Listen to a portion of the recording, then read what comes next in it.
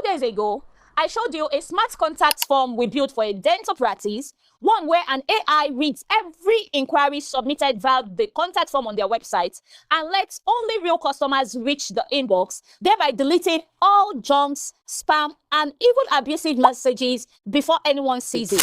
Lots of you asked to see how it actually builds. So that's this video. I'm starting from a blank screen, showing it to you step by step in plain English, and we're gonna test it live. Outside, co-founder of Orchestrix alongside Nika, we build AI systems for businesses. Let's build this.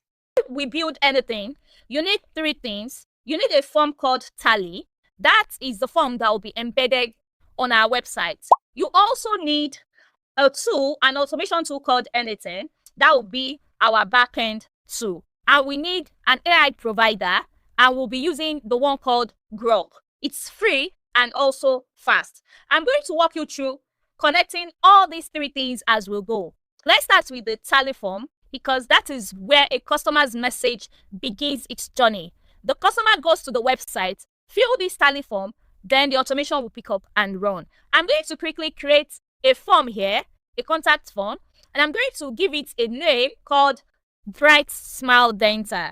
Next is to add different blocks. That is, I'm going to add necessary fields that any patient filling the form will submit. I need their names, email, phone number, and a message box. I have these fields already created: the name, the email, the phone number, and the message. We have the name, email, message as required, while the phone number is optional because it's not everybody that wants to submit or give out their phone numbers. Next is to get this published. Our form has been published. This is the form URL, and it can also be embedded on our website. So I'm going to copy this form URL and fill later on. Now, over to Anything. I'm going to go over to Anything. Now, we want it that when someone fills the form on our website, we want to get an instant submission into our Anything. So how do we get this done? We're going to use a webhook. I'm going to click on Add First Step and search for the webhook. This is a webhook and is a trigger. As you can see, this is a trigger. I'm going to click on it. The next thing I'm going to do is to change this HTTP method to posts. Then I'm going to click on the test URL. I'm going to copy this, go over to my Tally, go back to integrations, search for webhook. This is the webhook. Click on connect, then paste my webhook URL here. Let's not forget I'm using test. By the time I publish the workflow in Anything, I will change it over to option URL. Click on connect, and yes, our webhook is already connecting. Let's go over here. I'm going to quickly fill the form, and I want a test data. I'll click on listen for test event. While this is listening, I'm going to fill our form, our Tally form. The data will come in here live. I'm going to submit these, and we'll see what happens in our Anything. Immediately, the data came in. So we have this data in our Anything, even with other fields that are not relevant. Because we have irrelevant data here, I'm going to clean it up. How do I clean it up? I'm going to use the set node to be specific about the necessary fields that I want. Now, let me show us something. These are the necessary fields that I want, and it's a bit messy. The answers aren't sitting here neatly the way we want it. So they are like a bundle inside a list. And because they are inside a list, like inside a bundle, I have to pull out each of these one by one. So this is the part that trips most people up. So I'm going to add another node called a set node to extract the email, the phone number, the name, and the message of the patient.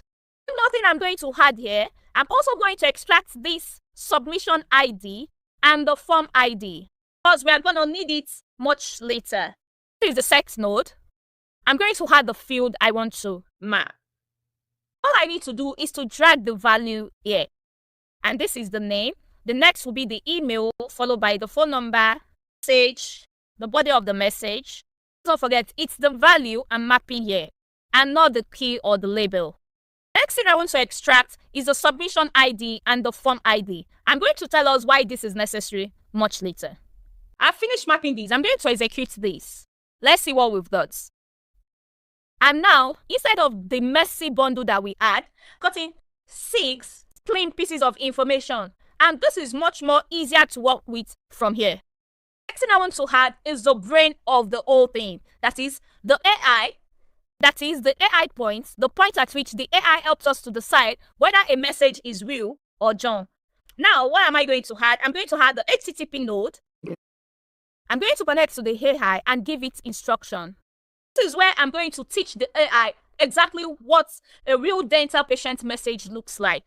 And I'm also going to tell it what junk, abusive, or spam message looks like. Let's go over to Groq.com. I'm going to create my API key. I'll give it a name. Set the expiration as none. Then I'm going to submit. This is my API key.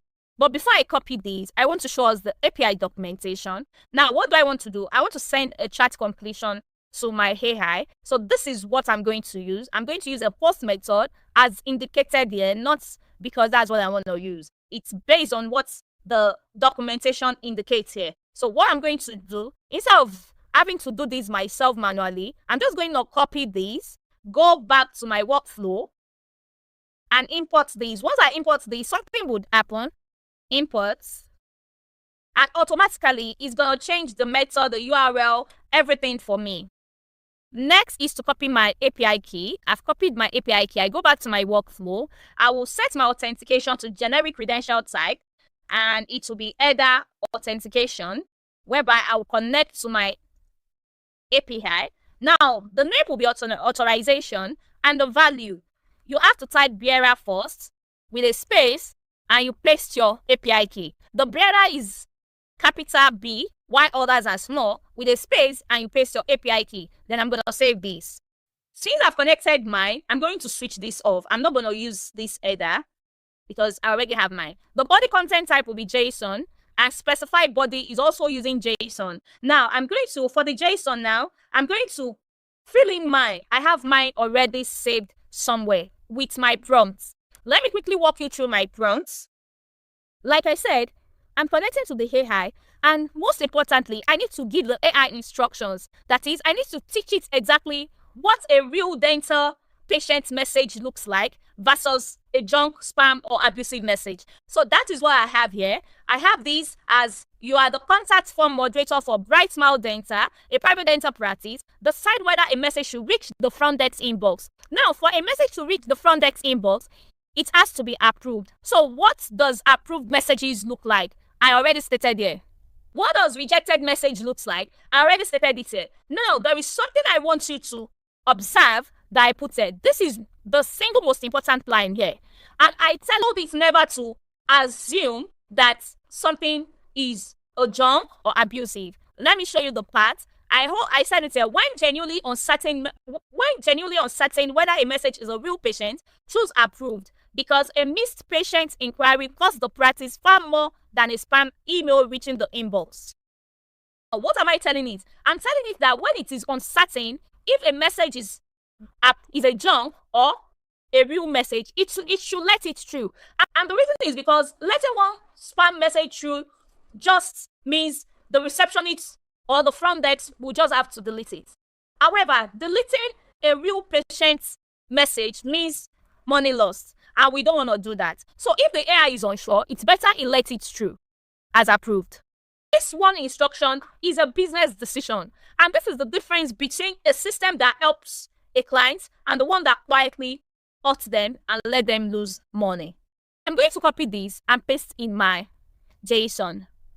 I've mapped my necessary fields here. I've mapped the JSON name, the name of the patient, the email, their message. And let us execute these and see the outputs. So the AI has given us an answer. Here we have it. Inside this, we have the decision as approved and the reason for approving this. But there is a challenge. This is wrapped up in a bit of technical packaging, and we need to put in a step to help us unravel this. So the next step I'm going to add here is a code step. The code step will help us to claim the decision of the AI, so everything I need from there can be easily mapped, because with this, I have everything nested together. I'm going to search for the code. I'm going to use JavaScript. But before I paste in my code, there is something I usually do, and that's I name every of my node in plain English. So instead of having edit fields, HTTP request here, I give it the real name of what it actually does. Now, what does this webhook, what does it do? It receives form submission. So we do this because we want our client to look at this, or maybe when we come back in the next 6 months, we can easily check the workflow and know what this does, what each workflow does. I'm going to rename some of these nodes now. Next is to paste in my code. You don't need to know how to code to get this done. You can always use any of the AI tools to give you these JavaScripts. Let's execute and let's see what it will give us in return. We see the AI answers now. Before it was in a nested format, now it has been splitted. So you can see the decision is approved. The reason is because it's a genuine appointment request. We have the name of the patient, the email, phone, and their message. So next is to have a decision point. Don't forget, we want it that if it is approved, it's sent to the front desk inbox. However, we also want it that if it is rejected, it should automatically be deleted. And the reason is because we don't want to keep junk inquiries or junk messages, abusive messages in our tally submission. Next is to add the if node. The if node is the decision point. The if node, and I'm going to just have it here that if this decision is equal to approved, that is the one that will go to our front desk inbox. Let's execute this so we can have data to work with. So if it is approved, I want it to go over to our inbox. So we're going to use Gmail. And the action here will be send a message. We're going to use a fix and not expression because we're sending a message to the same email address every time. I have everything set up here. The subject, the email address, the email type, I'm using text instead of HTML because this is an internal alert. So I don't need all the decorations here, all the formattings here. I don't need it. And the message to be sent will be the name. I need to remark the name, the email, the phone number, and the message. So this will go into our inbox. Now, the next thing I want is that if it is rejected, it should automatically be deleted from our tally submission. So how do I do this? I'm going to go over to our tally and show us the documentation to delete a submission. This is our tally documentation. Here we have it, deleting submission. So to delete submission, this is what we need. I'm going to just copy this and go over to my workflow and use the HTTP node. Don't forget, after those, once you copy it, you can always come here and import it. This is where those two ID numbers from the earlier nodes are important. So I'm going to map it here. We need the form ID here and the submission ID. Now don't forget, we use the set nodes to extract these from our webhook. This is my form ID. All I need to do is to just drag it here. This is not well pasted. I'm going to paste it here, just copy and paste. Then the submission ID. I'll drag this to here. Authentication will also be generic credential. I don't need this since I've already set up my API for this. So I'm just going to use header authentication and I have this already connected. Let me execute this step. But before I do that, let me show us the submission we have. At the moment, we have one submission. I'm just going to test it. Let me see if this would work. Okay, this will not work because we don't have any result in this first. Now, I'm going to quickly do a live test for us. I'm going to fill this form in 2 different ways with a real client message and a junk message. And I want us to see how this would run. But before I test, I'm going to publish this. Let me publish this. Now, let us not forget, we are using the webhook tests URL. So I'm going to copy these. I'm going to go over to here, go over to my integrations and change this to the production URL because now it is live.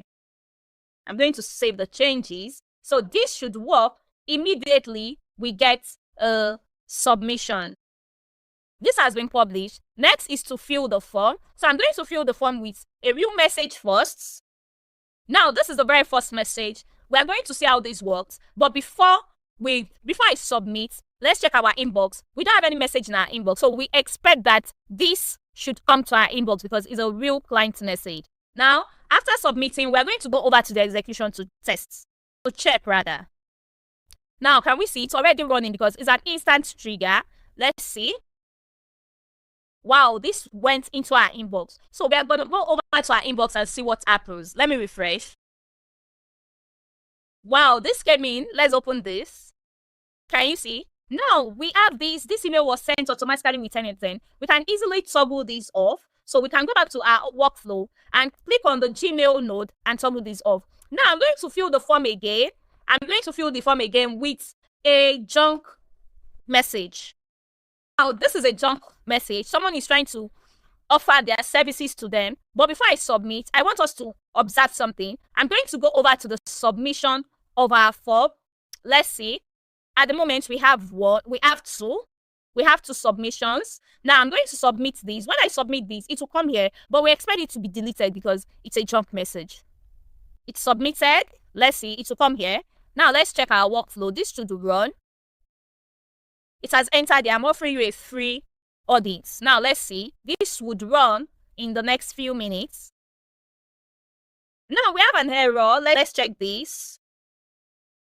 Okay, the challenge is our credentials. So let me check this. Authorization failed. Please check your credentials unauthorized. This was getting an error because I use Groq API for the Tally form submission. Sorry about that. So we are expected to get our API key from Tally because that's what we are working with. So now, how do you get your API key? Right inside the settings, you go to API key, you go to the settings, you see the API key, you click on create API key, you give it a name, then you create. After that, you go over to your workflow and this header authentication, you edit it, give it the name authorization, value as bearer space the API key, paste the API key. The bearer is capital B.